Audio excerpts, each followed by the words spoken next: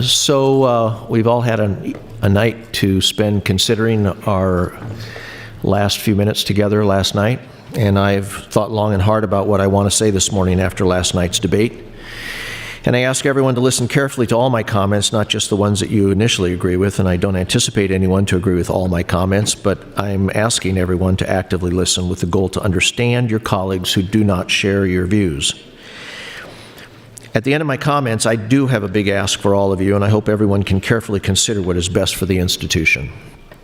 First, I want to apologize to Senator Michaela Cavanaugh, every other member of this body, but especially the female senators. I do not condone the reading of the graphic rape scene on the floor of the legislature, nor do I condone personally directing that passage to another member or members of this legislature, even if it is to make a point. Despite the R-rated warning, we do not know who was on the other side of the television screen watching and listening, certainly children, that this bill is directed to protect, not to mention survivors of sexual assault. I know it upset members of this body, but we cannot dismiss this simply as a public forum and broadcast live across the state of Nebraska.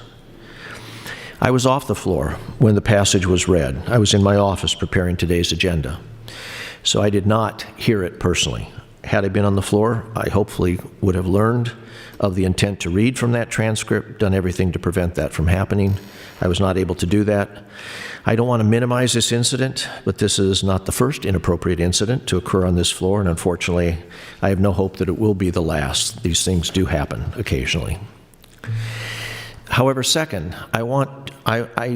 we cannot let this derail our session, nor can we collectively decide and simply that this was inappropriate and move on. Make no mistake, I intend to vote for LB 441, but I'm separating my views on the bill from what's appropriate for debate. At the beginning of the session, I asked each of you to reset, and I believe as a legislature we have. I see people working with others, trying to find compromise. Members are working their bills. The tone and tenor of debate has been different this year.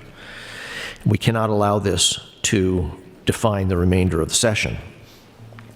But I do want to give you my perspective on the remainder of the session, and that is this. We have approximately one half of the priority bills out of 103.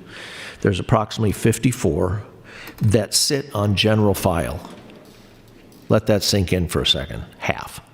So we are no more than half finished with moving and debating our priority bills on general file. So here's what I would ask. This is my ask. If we are serious about getting this work done and the priority bills that are in front of us, I would ask, number one, that we do not slow walk non-controversial bills. That has occurred this session. I've watched it happen. Some of it has to do with what's coming up on the agenda, and I get it.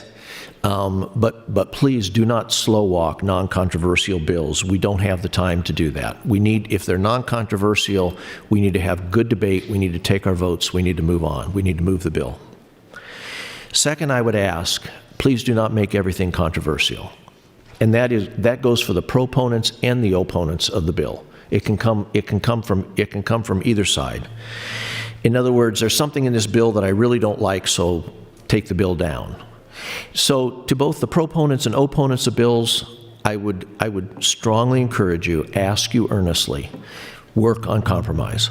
Find a way to move the bill if that's possible. May not be. There are those bills that are not. I get it. But if it is possible, seek. Don't just count votes. That happens. Do not just count votes. Work to address opposition. And the last thing I would ask, is that we all use wisdom in our free speech. We have the right. Doesn't mean we should use the right. Wisdom. That's that ability to use knowledge correctly. We gather a lot of knowledge, hearings, and reading, research, and conversations, and our constituents, and the lobby. We're gaining a lot of knowledge. Now, how do we use that knowledge is the part of wisdom. Wisdom tempers free speech, especially after 6 p.m. when we're tired, and it takes additional effort for that to happen. So those are my asks.